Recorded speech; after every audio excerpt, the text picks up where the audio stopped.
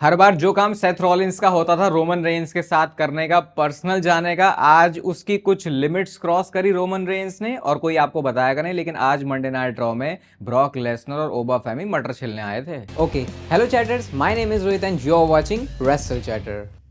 तो इस वीडियो में आज रिव्यू करने वाले हैं मंडे नाइट रॉ के एपिसोड को, जहां पर डब्ल्यूडब्ल्यूई ने पहले से बहुत सारे बड़े सुपरस्टार्स को फीचर किया था। मतलब कि ये वो शो है जो कि बहुत ज़्यादा डब्ल्यूडब्ल्यूई के लिए इंपॉर्टेंट था समर स्लैम के मैचेस को बिल्ड करने के लिए। तो सबसे पहले जो शो की स्टार्टिंग है वो होती है the beast incarnate Brock Lesnar से। नई मर्चेंडाइज उन्होंने पहनी थी, टॉक शिट गेट हिट वाली, और डब्ल्यूडब्ल्यूई को समझ में आ गया कि भाई ये कोट जो है थोड़ा वायरल सा हो रहा ब्रॉक लेसनर का, तो इसके ऊपर कैपिटलाइज करते हैं। आज ब्रॉक लेसनर अपने काउबॉय वाले पूरे लुक में आए थे। अपनी उन्होंने फिर से जीन पहनी हुई थी, वो पहले जो उनके ट्रैक पैंट्स थे उसको नहीं पहना था आज ब्रॉक लेसनर ने।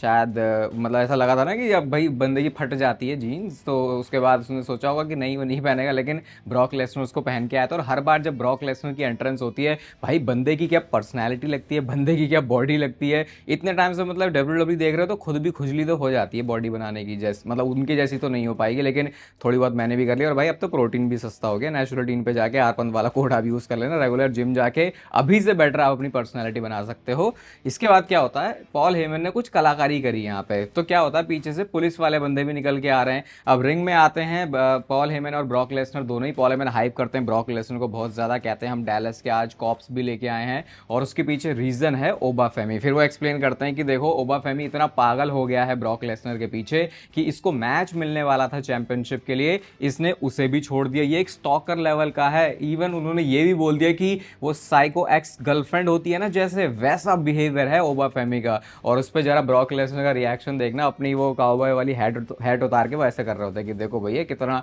पागल है ओबा फेमी मेरे पीछे। आज ब्रॉक लेसनर पॉल हेमन दोनों ही बिल्कुल एक हील की तरह एक्ट कर रहे थे। जैसे ब्रॉक लेसनर जब वापस आए थे, क्योंकि उस समय रिटायरमेंट वाला थोड़ा सेंटिमेंट था फैंस का, तो ब्रॉक लेसनर को बेबी फेस वाला रिएक्शन मिलता था। आज उन्होंने पूरा ही हील वाला एक्ट किया, और वैसे बिल्कुल जैसे पॉल हेमन ब्रॉक लेसनर दोनों दिखते हैं साथ में नेगेटिव रोल में, वैसे ही वो यहाँ पे थे। उसके बाद कहते हैं कि चलो ये ओबा फेमी तो ऑब्सेस्ड है ब्रॉक लेसनर से, प्रॉब्लम ये हो गई है कि ये बीस्ट भी ऑब्सेस्ड हो गया है ओबा फेमी से। उसके बाद ब्रॉक लेसनर का रिएक्शन भी एकदम सीरियस हो गया। कहते हैं मैं पूछता हूँ ब्रॉक लेसनर जब वो हंटिंग पे होता है तो वो कहता है भाई मैं हेल सेल में फोड़ दूंगा ओबा फेमी को। जब वो ट्रेनिंग कर रहा होता है तब भी यही सेम बात बोल रहा होता है ब्रॉक लेसनर ओबा फेमी के बारे में। तो भैया गड़बड़ तो अब हो गई है। तो आज पॉल हेमन ने बताया कि नो टच क्लॉज उन्होंने कुछ तो करवा लिया है, रेस्ट्रेनिंग ऑर्डर्स हैं दोनों के लिए, ब्रॉक लेसनर ओबा फेमी दोनों के लिए, कि एक दूसरे को मार नहीं सकते ना एक दूसरे के बहुत ज्यादा क्लोज आ सकते हैं। इतने में क्या होता है, ओबा फेमी का म्यूजिक हिट हो जाता है, वो आते हैं और बीच में बिल्कुल वो पुलिस वाले जो बंदे वो ऐसे खड़े होते हैं। और मुझे याद आ गई इससे ब्रॉक लेसनर और गोल्डबर्ग के वो मंडे नाइट रॉ के सेगमेंट की। इसके बाद ओबा फेमी ने बोला भाई देख मैं यहाँ लड़ने के लिए आया था, लेकिन मैं तुझे एक मौका देना चाहता हूँ कि इसे एक्सप्लेन करिए क्या चल रहा है। पॉल हेमन कहते हैं सिंपल है भाई, तूने वायलेशन कर दी है रेस्ट्रेनिंग ऑर्डर की, और अब ये जो लोग हैं ये अपना काम करेंगे, क्योंकि वो पास आ गए थे इनके।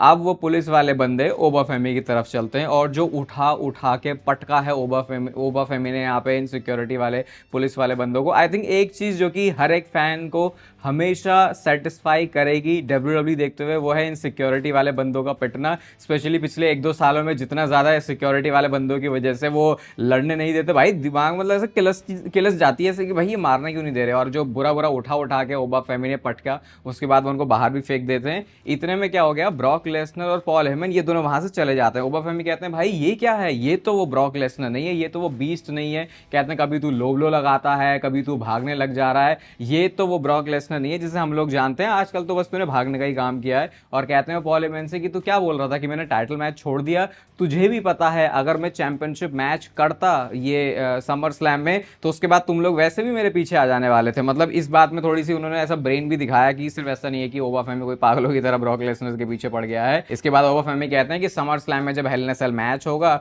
तब ब्रॉक लेसनर तू नहीं बच सकता। तो ये मेरे को बड़ा बकवास लगा कि आज डब्ल्यूडब्ल्यूई ने ऐसा कुछ दिखाया नहीं ब्रॉक लेसनर ओबा फेमी के बीच में। आप कह सकते हो कि भाई हर हफ्ते केओस मचाने की जरूरत नहीं है, लेकिन आजकल जो डब्ल्यूडब्ल्यूई चल रही है कुछ ही ऐसी चीजें हैं जिसके ऊपर हम अपने जो है सारा खूंटा गाड़ के बैठते हैं कि भाई यहाँ पे कुछ होना चाहिए। तो डब्ल्यूडब्ल्यूई ने आज उस चीज को पूरी तरीके से अवॉइड किया। और मुझे नहीं लगता कि अगर हमें ऑप्शन मिलता है ये देखने का कि ओबा फेमी ब्रॉक लेसनर के बीच में जो आज हुआ मंडे नाइट रॉ में वो होना चाहिए था, या पागलों की तरह ये दोनों एक दूसरे के पीछे पड़ते, तो हम कंप्लेन करते अगर WWE दूसरे वाले एंगल के साथ जाती। तो बस यही है। उसके बाद बैक स्टेज से एक सेगमेंट और था ओबा फेमी का, वहाँ पे उनको पता चलता है कि ये जो सब कुछ बोला था पॉल हेमन ने, रेस्ट्रेनिंग ऑर्डर है, पुलिस लेके आए थे, वो सारा एक ट्रैप था, ऐसा कुछ था ही नहीं। तो वही बात है कि WWE को बस आज इनको एक दूसरे के अगेंस्ट में मारते पीटते हुए नहीं दिखाना था, उस वजह से ये इस एंगल के साथ गए। तो मैं तो ये बोलूँगा कि अगली बार से जब ब्रॉक लेसनर को आप लेके आओ शो पे, तो वैसे ही वो बंदा छुट्टियाँ मारता है, तो ये कोशिश करना कि वो बंदा कुछ सुप्लेक्स कुछ F5 हिट करता हुआ नजर आए। इसके बाद फिर आज WWE ने बहुत सारे शील्ड के विनियट्स और वीडियो पैकेजेस दिखाए, जहाँ पे ये क्या करना चाह रहे हैं कि ये जो मैच होगा रोमन रेंस और सेथ रॉलिंस का, उस मैच से पहले इनकी हिस्ट्री क्या है उससे हमें अवेयर करना चाह रहे हैं। और WWE ने सैटरडे नाइट्स मेन इवेंट के लिए रोमन रेंस को भी ऑफिशियल कर दिया है। कोई मैच नहीं हो रहा है उनका, एक NBA का चैंपियन है, उसके साथ कुछ सेगमेंट है। तो शायद WWE को टिकट्स अपनी सेल जो है बूस्ट करनी थी, इस वजह से WWE का मूव था रोमन रेंस को SNME में लेके आने का। इसके बाद नेक्स्ट मैच आता है शो पर, ईओ स्काई वर्सेस रॉक्सैन के बीच में। अपने मूनसॉल्ट के लिए वो जाती है, लेकिन रकेल रोड्रिगेज बीच में आ गई, बट स्टिल पिनिंग कॉम्बिनेशन के साथ इस मैच में लिव मॉर्गन जीत गई। मैच के बाद जो है फिर मारना शुरू कर दिया जजमेंट डे ने, और सोल रूका बचाने के लिए आती है, लेकिन वो भी नहीं बचा पाई, और लिव मॉर्गन ने उस बेल्ट से बजा दिया ईओ स्काई को, क्योंकि इनका मैच होने वाला समर स्लैम में, तो उसको हाइप करने के लिए था, जो हाइप मुझे तो डेफिनेटली फील नहीं हो रही। इसके बाद आता भाई WWE का एक कॉन्ट्रोवर्शियल सेगमेंट, और ये क्या किया है भाई WWE ने। होता क्या है, विजन के सारे बंदे रिंग में आते हैं, क्योंकि मैक्सिन ने भी ज्वाइन कर लिया, तो ऑस्टिन थेरी और ये गर्लफ्रेंड बॉयफ्रेंड की तरह एक्ट कर रहे हैं, पार्टनर की तरह एक्ट कर रहे हैं।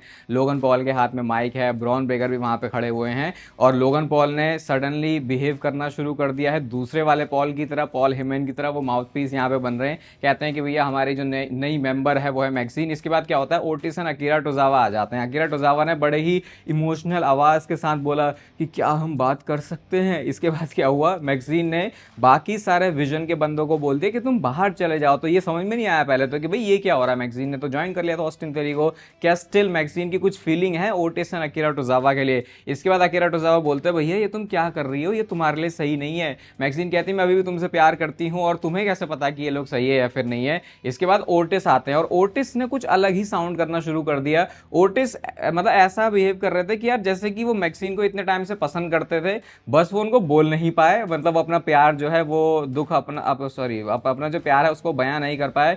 जस्ट लाइक आप में से बहुत सारे लोग, ओटिस ऐसा बोल रहे थे कि जैसे बस वो आई लव यू या कुछ तो कन्फेस करने ही वाले हैं। तो फिर पीछे से ऑस्टिन थेरी बोलते हैं कि ओ भैया तू क्या अपनी फीलिंग्स को कन्फेस कर रहा है, तेरे जैसे लोग जो है ना ऐसी लड़कियों को वैसे भी कभी नहीं पा पाते। तो कुल मिला के वो उनको फैट शेम कर रहे थे, उन्होंने उनको फैट बोल भी दिया। भाई ओटिस का हो गया दिमाग खराब। मतलब वही है कि अपनी माशुका के सामने अगर ऐसी बातें आपके बारे में कोई बोल दे तो अंदर से ही वो एड्रेनलिन कुछ अलग टाइप का आ जाता है, वैसा कुछ हो गया ओटिस के साथ। यहाँ पे उन्होंने मारना शुरू कर दिया। एक पॉइंट पे तो लगा भाई मतलब ब्रॉन ब्रेकर को भी उन्होंने मार दिया यहाँ पे। और अब एक ऐसा मूवमेंट भी आ गया जब मैक्सिन और ओटिस बिल्कुल आसपास खड़े हैं, और ऐसा लग रहा है कि वो वाला मूवमेंट होने वाला है जो लिव और डोमिनिक के बीच में हो चुका है, जो इससे पहले हो चुका है ऑस्टिन थेरी और मैक्सिन के बीच में। लेकिन जैसे ही वो मूवमेंट होने वाला था, पीछे से लो ब्लो हिट कर दिया ऑस्टिन थेरी ने ओटिस को। और पता ये चलता है कि ये पूरा ट्रैप था, मैक्सिन ने जो इतना मौका भी दिया था ये सब कुछ ऐसे झूठ था। ब्रॉन ब्रेकर इसके बाद अकीरा टोजावा को स्पीयर लगाते हैं, वो ब्रास नकल के साथ जो है अटैक किया है फिर ऑस्टिन थेरी ने ओटिस के ऊपर, और रीबाउंड में एक स्पीयर भी लगाया बहुत तगड़ा वाला ब्रॉन ब्रेकर ने। अब यहाँ पे देखो WWE ने क्या किया है, ये I will say it out कि WWE superstars have no consistency in their character. Otis कुछ टाइम पहले क्या है, अब वो ऐसा लग रहा है कि नहीं ये तो तगड़ी चीज है। और ब्रॉन ब्रेकर भाई तुम चाहते क्या, इस बंदे का कोई फ्यूचर कोई भविष्य तुम्हें देखना है कि नहीं WWE में। सोचो ब्रॉन ब्रेकर एक ऐसे सेगमेंट का पार्ट है जहां पे ये बकलोली चल रही है। आई थिंक इसको तो मुझे बहुत कुछ एक्सप्लेन करने की जरूरत भी नहीं है, वो तो सामने दिख रहा है कि WWE क्या कर रही है। कोई कैरेक्टर किसी हफ्ते कैसा होता है, अचानक से पता नहीं उसमें कोई तूफानी आत्मा आ जाती है, वो कुछ और बन जाता है रॉ में, फिर उसके अगली रॉ में उसके साथ फिर कुछ नहीं होता। तो ये जो कंसिस्टेंसी है ही नहीं कैरेक्टर्स में भाई, इस पे तो बहुत बड़े सवाल उठने चाहिए। मेरे को याद है विंस के टाइम में जब रॉयल रंबल से पहले कोई सुपरस्टार को अच्छा दिखाने लग जाते थे 2-3 महीने पहले, मैं कहता था भाई अचानक से बंदा तगड़ा कैसे हो रहा है, मेरे से वो बात नहीं डाइजेस्ट होती थी। ये तो एक हफ्ते में खेल रहे हैं भाई अब, और ये कहने को क्रिएटिव लोग हैं। अब इतना ज्यादा क्रिटिसिज्म इसीलिए ही होता है क्योंकि भाई ये इनका काम ही है वो कर रहा है। ऐसा नहीं है कि तुम बाहर जाके ठेला भी लगा रहे हो या ऑटो भी चला रहे हो या फिर तुम किसी कंपनी के और भी दूसरे CEO, तुम्हारा काम है क्रिएटिवली इन चीजों को बुक करना। उसके लिए तुमने पूरी एक टीम बनाई और उसके बाद तुम करते हो ये तो अब देखो ब्रॉन ब्रेकर का डाउनफॉल होते हुए यहाँ से, क्योंकि ऐसे हालातों में तो ब्रॉन ब्रेकर फ्यूचर सुपरस्टार छोड़ो, वो एक सही सा मिड गार्ड भी नहीं बन पाएगा। इसके बाद नेक्स्ट मैच आता है शो पर Royce keys versus Jimmy Uso के बीच में। ये आउट ऑफ नोवेयर डब्ल्यूडब्ल्यू ने कर दिया था। जेकब फाटो आते हैं अपनी गाड़ी से, भैया उन्होंने सीधे ही आके डिस्क्वालिफिकेशन में मैच एंड कर दिया। इसके बाद वो कॉर्नर पे चेयर फंसा के मारने जाते हैं रॉयस कीज को,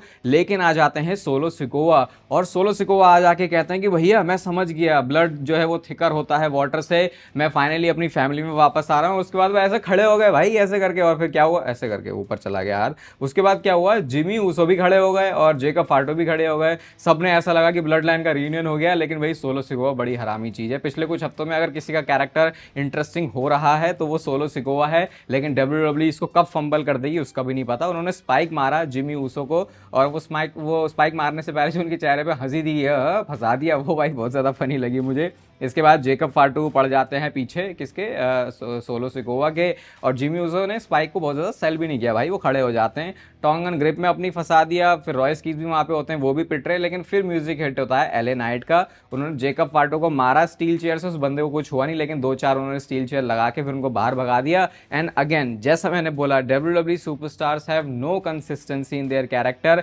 अब देखो एक टाइम पे इस बंदे ने नाक में दम करके रखा था रोमन रेंज की, अब डब्ल्यूडब्ल्यू को जरूरत नहीं है ना उस स्टोरी की, अब डब्ल्यूडब्ल्यू को कुछ और जरूरत है। कोई भाड़ में जाए भाई, हमारा मेन फोकस है हमें कब कहाँ पे कैसी जरूरत है। हमें कोई नहीं ढूंढना कि पिछले हफ्ते क्या हुआ था, या अभी गिर जाए पिछले हफ्ते क्या हुआ था, या उसका कैरेक्टर क्या था, है ना, अब ये ऐसे होना चाहिए। नहीं नहीं, उससे हमें लेना देना नहीं, अभी हमें क्या जरूरत है, आज हमें क्या करना है। और बात करते हो तुम आखिरी पन्ना लिखने की किसी भी स्टोरी की, तो भाई जेकब फाटो के कैरेक्टर को भी पता नहीं क्या हो गया, वो बाहर ही खड़ा हो जाता। उसके बाद ये खड़े होने वाला था जेकब फाटो, इसने रोमन रेंज की नाक में दम कर दिया था, अब वो खड़ा हो गया। एलए नाइट फिर यहाँ पे डब्ल्यूडब्ल्यू को समर स्लैम के लिए मैच करना था। अब देखो मैं इसे भी मजदूरी मैच ही बोलूंगा पीएलई के हिसाब से। क्यों?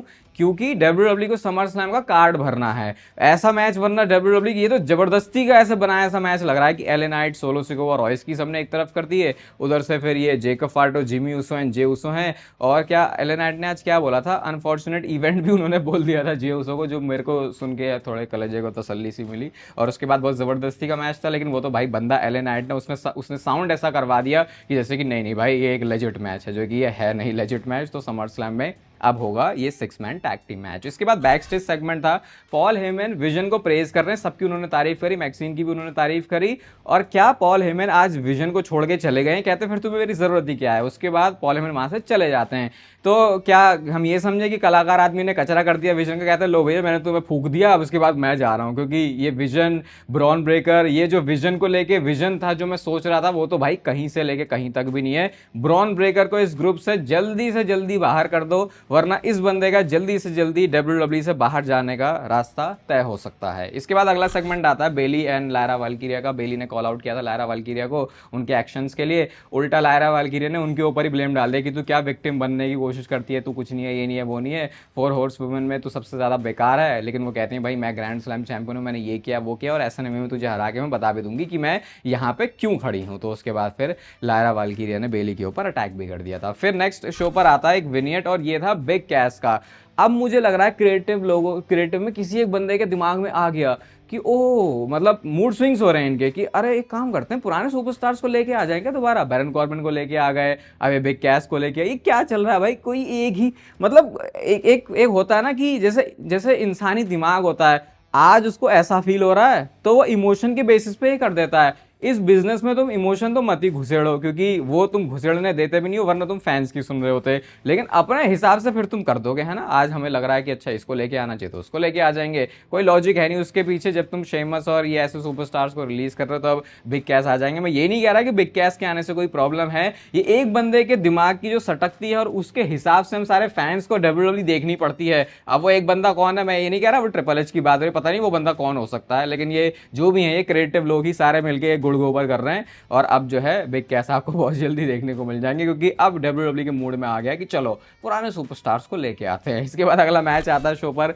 Gauntlet match. सबसे पहले ये था जो हेनरी वर्सेस डोमिनिक के बीच में, डोमिनिक मिस्टीरियो ये जीत जाते हैं। फिर जिवॉन आते हैं और जिवॉन ने उसके बाद एक सुपरस्टार्स को रेलना शुरू कर दिया। डेनहाउजन के आने की वजह से डोमिनिक के मैच हार जाते हैं। जेवॉन ने फिर ड्रैगन ली को भी हरा दिया। लेकिन नेक्स्ट रूसेव आते हैं उनके सामने और उनकी एंट्री हुई पीछे से, इसकी वजह से वो थोड़ा सा मैच में अपर हैंड पहले से ही ले रहे थे। जेवॉन ऑलरेडी भाई थका हुआ बंदा भी था, वो पास आउट कर जाते हैं एक्कोलेड के ऊपर। नेक्स्ट आते हैं चैट गेबल, लेकिन चैट गेबल ने पीछे से पिनिंग कॉम्बिनेशन में रूसेव को पिन कर दिया और रूसेव को बात पसंद नहीं आई। उन्होंने चैट गेबल को मैच के बाद में भी अपने होल्ड में फंसा के रखा हुआ था और ताकि ईथन पेज की हेल्प हो जाए, लेकिन वो ज्यादा कोई हेल्प हो नहीं पाती क्योंकि एंकल लॉक के साथ इस मैच में चैट गेबल जीत गए हैं और समर स्लैम में अब वो फेस करने वाले हैं पेंटा को इंटरकॉन्टिनेंटल चैंपियनशिप के लिए। और ये जब सारा मैच हो गया तो उसके बाद पेंटा आए भी थे फेस टू फेस। तो ये WWE का मैच था समर स्लैम के लिए इंटरकॉन्टिनेंटल चैंपियनशिप। लेट्स सी क्या चैट गेबल को फाइनली उनका मूवमेंट मिलता है या फिर नहीं। अब आता है शो का मेन इवेंट जहां पे वर्ल्ड हेवीवेट चैंपियनशिप मैच के लिए कॉन्ट्रैक्ट साइनिंग होनी है रोमन रेंस और सेथ रॉलिंस की। सबसे पहले रोमन रेंस अपनी एसयूवी से आते हैं, वो बेल्ट लेते हैं। रोमन रेंस कभी भी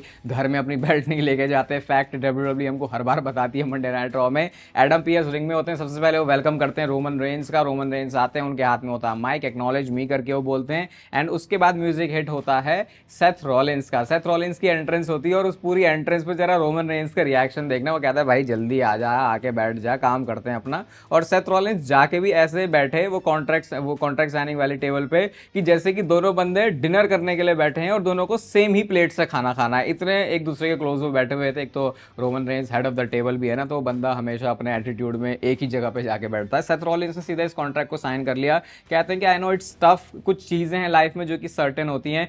एक है ऊपर जाना और दूसरा है कि every single time Seth Rollins का रोमन रेंस को हराना। कॉन्ट्रैक्ट को उन्होंने साइन कर ही लिया था और उसके बाद वो मस्त अपने पैर वैर ऊपर डाल के बैठ जाते हैं और उनका जो क्राउड है, क्योंकि उनकी मेलोडी गा रहा होता है तो उसके ऊपर वो वाइब कर रहे होते हैं। रोमन रेंस कहते हैं कि भाई देख, लास्ट वीक तूने सबको बोर कर दिया था लेकिन मैं तुझे सही से सुन रहा था और एक चीज तूने सही प्रूफ कर दी कि सेथ रॉलिंस ट्राइबल चीफ का नंबर 1 हेटर है। ये सुन के सेथ रॉलिंस की हंसी छूट गई कि अरे हाँ यार कहता तो सही रहा है। उसके बाद वो ऐसे ब्लड लाइन वाला पोज भी करते हैं, ही इज अ हेटर वाले चैंट्स भी लगाना शुरू कर दिए फैंस ने। तो ये जैसे ऐसे बड़े बड़े सुपरस्टार्स के सेगमेंट होते हैं ना, तो उसमें अच्छा लगता है कि क्राउड बहुत एक्टिव रहता है। और आज तो उन्होंने वॉट चैंट भी करे हैं रोमन रेंस के लिए। एक तरफ रोमन रेंस वाले चैंट हो रहे हैं, एक तरफ ओटीसी वाले चैंट हो रहे हैं और दूसरी तरफ लोग वॉट चैंट भी कर रहे हैं रोमन रेंस के लिए। अब वॉट चैंट एग्जैक्टली ऐसे भी नहीं होता है कि हमेशा अगेंस्ट में ही होते हैं, वो बस लोगों को मस्ती करनी होती है वो तब भी कर देते हैं। फिर रोमन रेंस कहते हैं कि that's the only thing Seth Rollins is number 1 at, मतलब इसके अलावा और कुछ भी नहीं है जहां पे सेथ रॉलिंस नंबर 1 है। और तूने लोगों को ना इस भ्रम में डाल दिया कि जैसे कि हम दोनों